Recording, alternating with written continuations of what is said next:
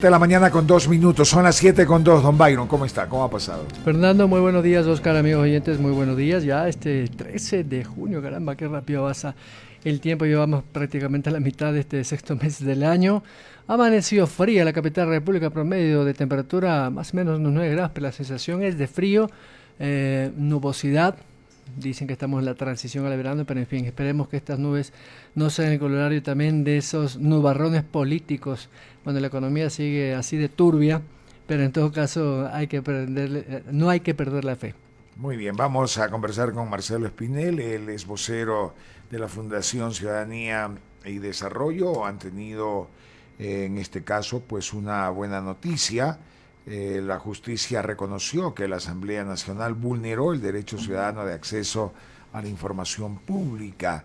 ¿Qué fue lo que sucedió, el contexto? Marcelo, bienvenido, buenos días. ¿Qué fue lo que pasó cuando ustedes requirieron una información y, de acuerdo a lo que ha determinado el juez, ha habido una vulneración de derechos porque la información no fue completa, fue una información incompleta, inaccesible y fuera de los plazos establecidos por la ley? Bienvenido, buenos días. Fernando, Byron, muy buenos días, es un gusto poder acompañarlos. Pues como ustedes saben, el Observatorio Legislativo es un proyecto de la Fundación que desde el año 2011 viene vigilando qué es lo que hace o no hace la Asamblea Nacional. Y para esto requerimos información. La información nosotros la obtenemos del portal web de la Asamblea Nacional, pero en muchas ocasiones hay información que no se publica en el portal web, ya sea por un incumplimiento de la Asamblea Nacional o porque simplemente no está obligada a publicar cierta información dentro de la página web. Fernando y Byron, nosotros presentamos constantemente solicitudes de información. A veces tenemos suerte, la Asamblea Nacional nos contestaba, me refiero desde el 2011 acá, pero en la mayoría de ocasiones esta información no era entregada a la ciudadanía. Llegó un punto en el cual, para serte muy honesto, para serles muy honesto, ya nos cansamos, dijimos, esta situación no puede seguir así.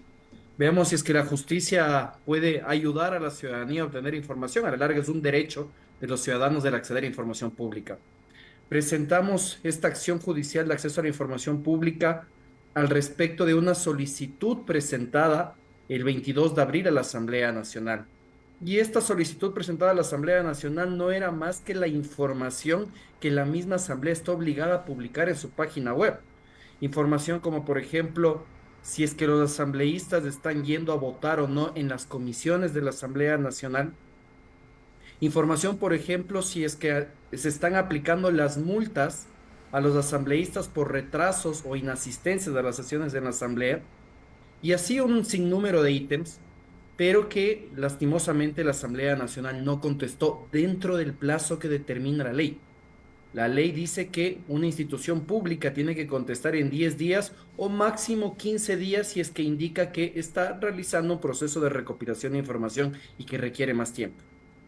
Es así que a inicios de mayo presentamos esta acción judicial para tratar de que un juez le obligue a la Asamblea Nacional a entregar la información. Y aquí sucedió algo curioso, es que apenas presentamos la acción judicial de acceso a la información pública, nos sorprendimos de que la Asamblea Nacional comenzó a entregar información parcial. Nos comenzó a enviar una serie de documentos, pero como bien mencionaste tú, Fernando, estaban incompletos. Les pongo dos ejemplos.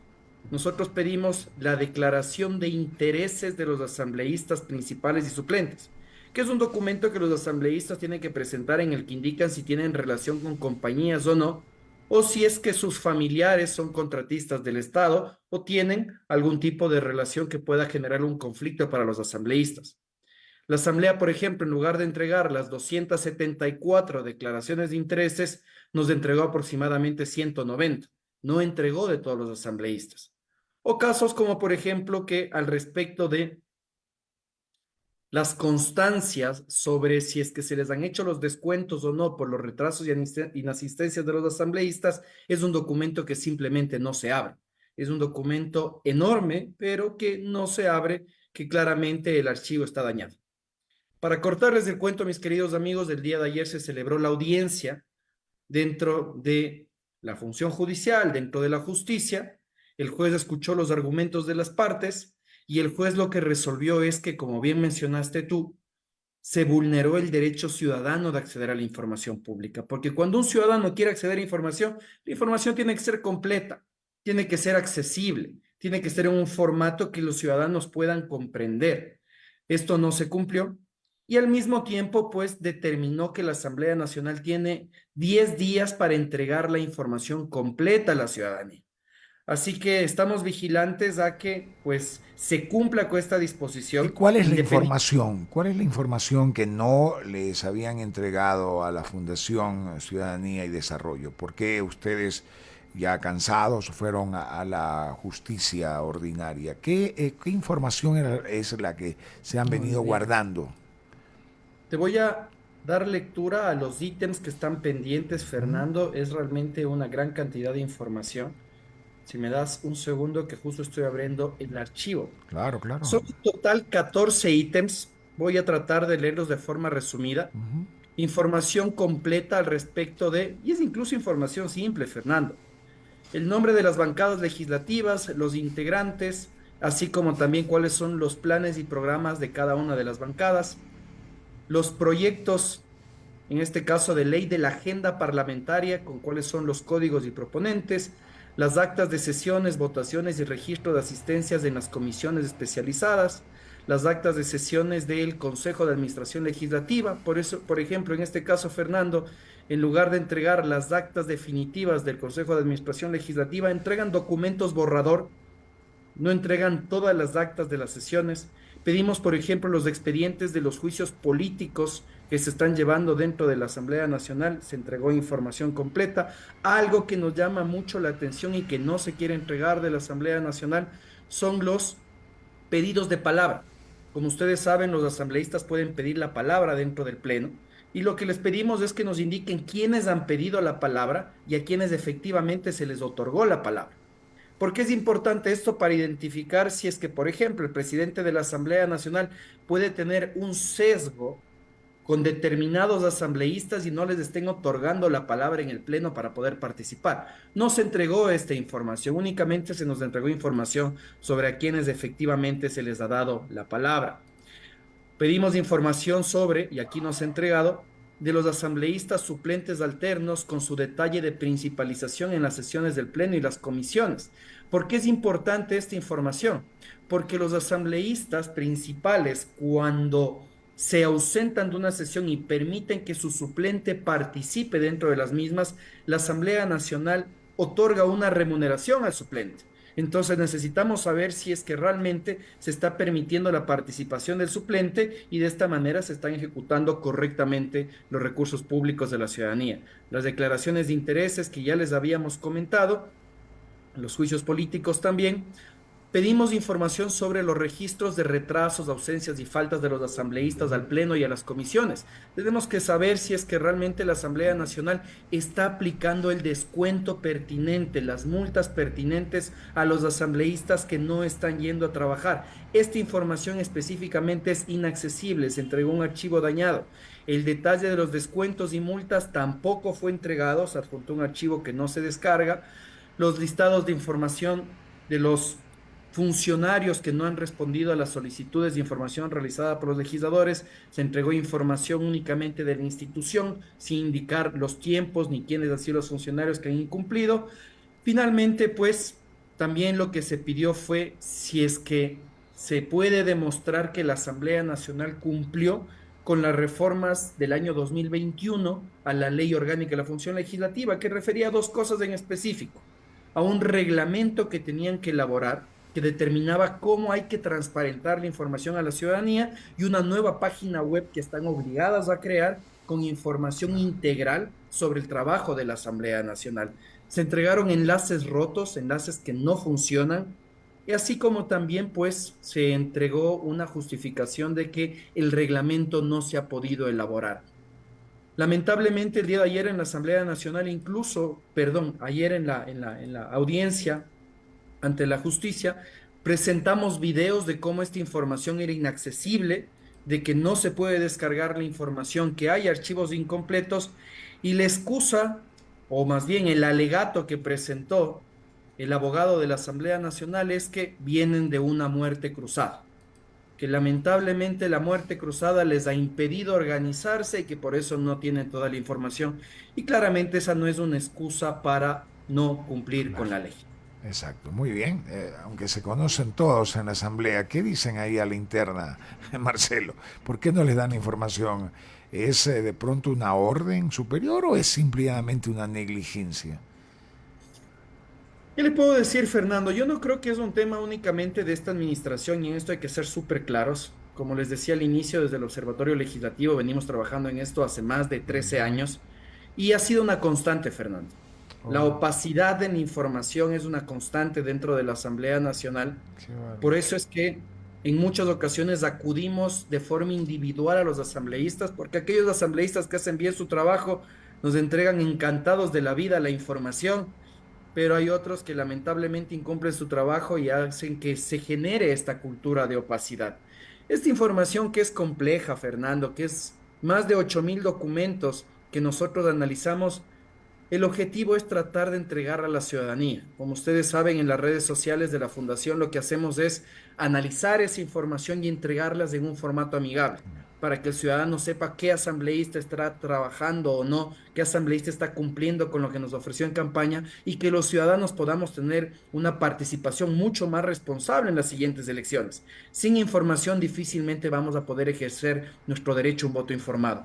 Así que esperemos que cumplan con esta sentencia, veamos cómo avanza este proceso y que de esta manera pues se garanticen los derechos de la ciudadanía. Estamos dialogando con el abogado Marcelo Espinel, es subdirector de la Fundación Ciudadanía y Desarrollo, que están en este tema de transparentar la información de la Asamblea Nacional y por supuesto de sus asambleístas. Byron Galarza se incorpora al diálogo. Hola, Marcelo, buenos días. Yo vi una publicación institucional que hizo la Asamblea y que el presidente Henry Kronfle la compartió en su red personal. Y decía no al ataque político, y en la parte más sustanciosa o sustancial de este documento dice: la acción, la pedida por ustedes, se basa en una solicitud de información, la misma que ya ha sido entregada por parte de la Asamblea. Esto no es más que un nuevo intento de ataque político, dice, que busca causar daño a la imagen de la Asamblea Nacional en retaliación a la demostración fundamentada que hizo el legislativo sobre la información falsa publicada por esta organización. Se refiere a ustedes. ¿Por qué considera la Asamblea, o qué sensación les deja a ustedes, mejor dicho, de esta crítica que hace la institución, porque la hacen a manera institucional hacia ustedes? Bueno, en primer lugar, Byron, para una pelea se necesitan dos. Y en ese sentido, pues nosotros no estamos peleando, nosotros estamos exigiendo derechos. No es más que eso. Por eso es que acudimos a la justicia que se garantice el derecho de acceso a la información. Es más, esta solicitud de acceso a la información pública se presentó el 22 de abril, mientras que el informe al que hace alusión el presidente de la Asamblea Nacional se presentó el 14 de mayo. Entonces es completamente a destiempo lo que menciona el presidente. En segundo lugar, y llama mucho la atención la postura del presidente de la Asamblea Nacional, en el sentido de que considera que es una retaliación política. Yo no sé por qué no se mencionó eso cuando, por ejemplo, en informes de años pasados, se mencionó que asambleístas o exasambleístas como Henry Cucalón o Geraldine Weber fueron asambleístas de los que más asistieron a las votaciones dentro de la Asamblea Nacional. Entonces, claramente este no es un ataque político ni en contra de una organización política en específico, sino que es un trabajo que lo venimos realizando hace 13 años con datos de la Asamblea Nacional. Y finalmente, no sé por qué le llama la atención tanto al presidente de la Asamblea Nacional, porque incluso durante el periodo legislativo 2017-2021, el mismo expresidente de la Asamblea Nacional fue uno de los asambleístas que más se excusó dentro del periodo legislativo y permitió la participación de su suplente en razón de cuestiones de su salud que le impedían venir a la ciudad de Quito. El asambleísta Kronfle actualmente podría hacer exactamente lo mismo, si no puede participar de una votación porque tiene que atender compromisos, pues que encargue la presidencia de la Asamblea Nacional, que justifica a la ciudadanía por qué no puede asistir a las votaciones y que de esa manera garantice su obligación de rendir cuentas sobre sus actos. Pues finalmente nosotros, como le decía al inicio Byron, Consideramos que para una pelea se necesitan dos y lo único que haremos es seguir entregando información a la ciudadanía y pues de esta forma garantizar el derecho al control social de todos los ecuatorianos. Y, vi un dato que me llamó la atención en su análisis bastante extenso a propósito, pero súper bien documentado. Es una investigación de datos reales, ¿no? Ustedes calificaban a los camisetazos y me encantó esa gráfica que ponen unas camisetas de un tubito, ¿no? Con el logotipo de cada una de las organizaciones políticas. Dice el transfugismo político. ¿A qué se refieren con transfugismo? Ese es un término de transfuga. Sí, precisamente la ciencia política llama a lo que nosotros conocemos como camisetazo como transfugismo político y no es más que estos asambleístas que llegan con una organización política al Parlamento y después se cambian a otra. Es lo que estamos viendo el fin de semana pasada, como varios asambleístas que estaban en otras organizaciones políticas, en Ruptura, por ejemplo, perdón, en Construye, pues pasaron a ser parte ahora del PSC, así como también de la bancada de gobierno. Y esto a los ciudadanos nos tiene que llamar la atención, porque claro, cada partido político tiene una ideología, tiene un plan de gobierno y es lo que nos ofrecen en campaña. Y de repente ese mismo asambleísta que fue electo por ese partido político, que tal vez tenía sintonía con nosotros, decide a mitad de camino irse a otra organización política. Y eso claramente puede afectar la calidad de la democracia. Y los ciudadanos tenemos que saber cuáles son los asambleístas camiseteros, como le llamamos nosotros. Saber por qué organizaciones políticas están, pues, trascendiendo durante su ejercicio de la función pública, para saber si es que son asambleístas que, de una u otra manera, están trabajando, viviendo para la política o viviendo de la política. Y eso es algo que, pues, debemos ponerle mucha atención. Bueno, vamos a esperar ahora el análisis de estos meses, 6 meses. ¿Cuál? Porque en el informe, y es verdad, ante la opinión pública, 23 leyes, no sé si ya aprobaron la 24, pero se supone que en la parte legislativa ha habido un gran trabajo y en la parte de fiscalización, en cambio, la gente considera que están perdiendo como el tiempo porque ya son funcionarios que no están en el gobierno, pero ¿cuál es el análisis que ustedes hacen de cómo le ha ido a esta asamblea en este periodo que es de transición? Sí, es sin duda algo que es positivo el número de proyectos de ley que ha aprobado la Asamblea Nacional. A la larga, pues los ciudadanos tenemos que ver que la Asamblea Nacional cumple estas dos funciones, aprobar leyes y fiscalizar. Ahí hay que hacer una puntualización sobre ese dato, Fernando, y es que la Asamblea Nacional también, afortunadamente, de manera correcta, retomó los proyectos que venía tratando la Asamblea anterior. Es decir, que ya venía un trabajo ya realizado. Y eso permitió que la Asamblea Nacional sea mucho más ágil en el tratamiento de leyes. Pues ya agarró estas leyes a medio camino, por decirlo así. Claro. Algo que sí llama la atención es que durante este periodo legislativo se planteó una agenda legislativa muy ambiciosa. Más de 110 proyectos de ley se pretendían aprobar durante el tiempo de gestión de esta Asamblea Nacional. Al 14 de mayo únicamente se había cumplido el 14%, perdón, el 10% de esa agenda legislativa. Es decir, 11 proyectos de ley de estos 110 que se tienen planteados han sido aprobados. Los otros proyectos de ley, pues, han respondido, por ejemplo, a los proyectos enviados por el presidente Daniel Noboa a la Asamblea Nacional y de esta manera, pues, son parte de la totalidad de leyes aprobadas por la Asamblea.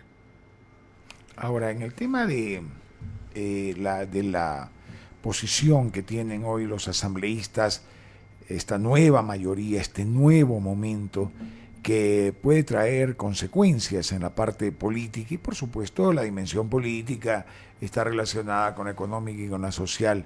¿Cuál es este nuevo momento, esta nueva relación de fuerzas que tiene la Asamblea Nacional y qué lectura le podemos dar?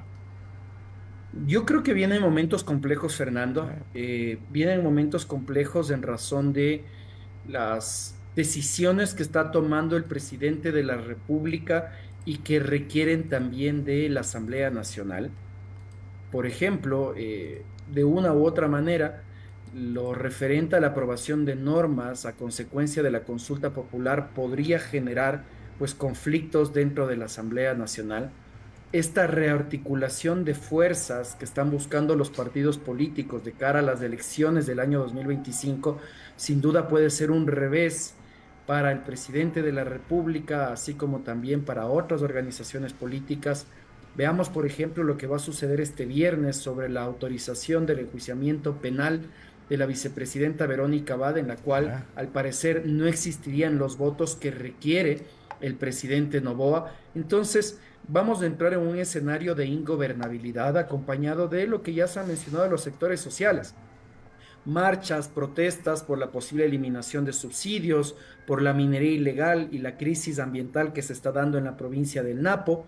Entonces, creo que vamos a entrar en una situación muy compleja y pues esto se va a reflejar tal vez en que no se aprueben leyes en el Parlamento, que el Ejecutivo tenga una serie de frentes nuevos que tendrá que tratar de enfrentar, y pues eso va a poner nuevamente y de forma lastimosa al ciudadano en una situación en la que evidencie que las instituciones públicas no funcionan. Nuevamente el ciudadano va a perder esa esperanza de un posible cambio, y eso pues alentará nuevamente los discursos populistas y demagógicos de cara a las elecciones del 2025. Marcel, precisamente por ese tema nos hacemos los ciudadanos una pregunta. Los ciudadanos que estamos un poquito en este debate, que estamos, digamos, pendientes de las noticias, la gente que hace opinión, los medios, ustedes como una tribuna ciudadana, pero el ciudadano de a pie está lejos de esto, ¿no? No, ni siquiera se acuerda. Si le preguntan en la calle quién es el presidente de la Asamblea, quizás ni siquiera sepan quién es. Y entonces van con primero un desconocimiento, una desinformación, y no porque no exista información, sino porque la gente como que no le interesa ni quiere informarse.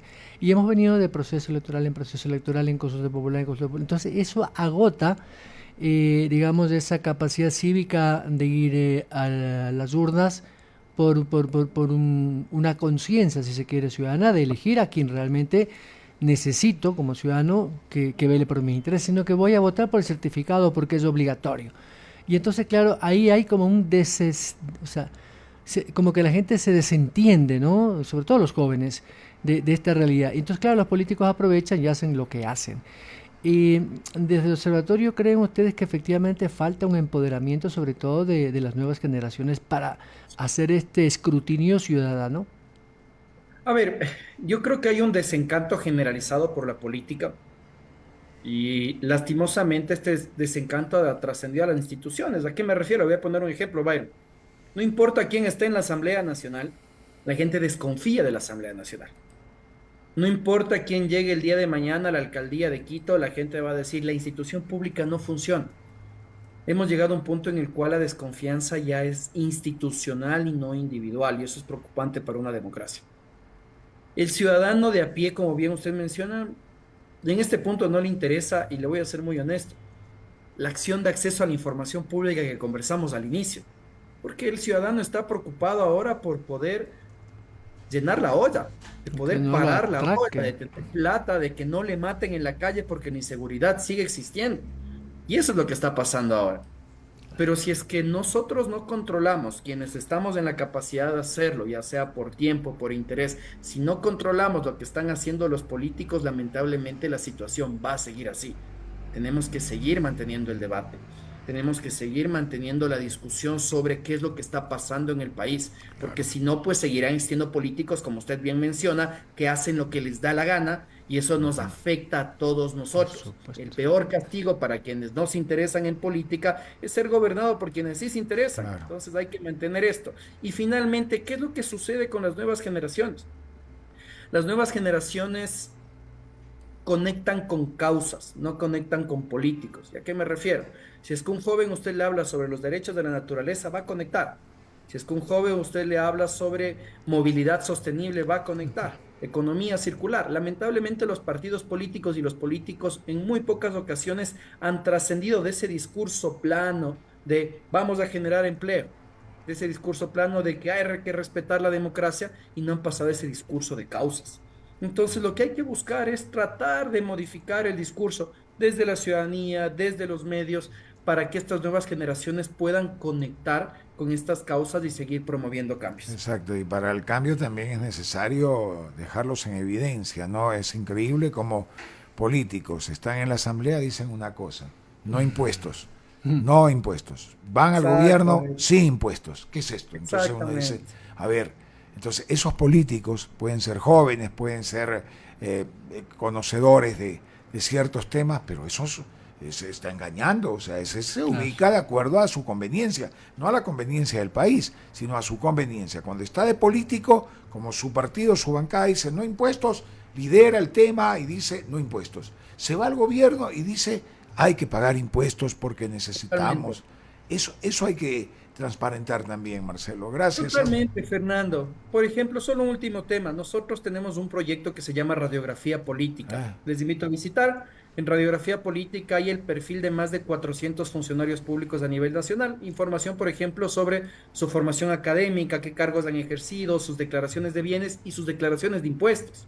Si han pagado o no pensiones alimenticias. Entonces, esta información nos permite a los ciudadanos decir, a ver, un momento, tú me estás diciendo que pague impuestos, pero tú ni siquiera lo haces. Hacemos también fact-checking de lo que dicen los asambleístas dentro de la Asamblea Nacional. Entonces, como fundación lo que hacemos es precisamente tratar de promover esta cultura de integridad, Fernando. Por eso solemos ser un poco incómodos o bastante incómodos para aquellos políticos que no quieren hacer con todo trabajo. Pero con el respaldo de la gente y que los medios tengamos varias veces. Está aquí, hoy es el subdirector, ha estado el director, por supuesto, en forma permanente en estos 3 y un poquito más años que tenemos al aire. Gracias por atender la entrevista.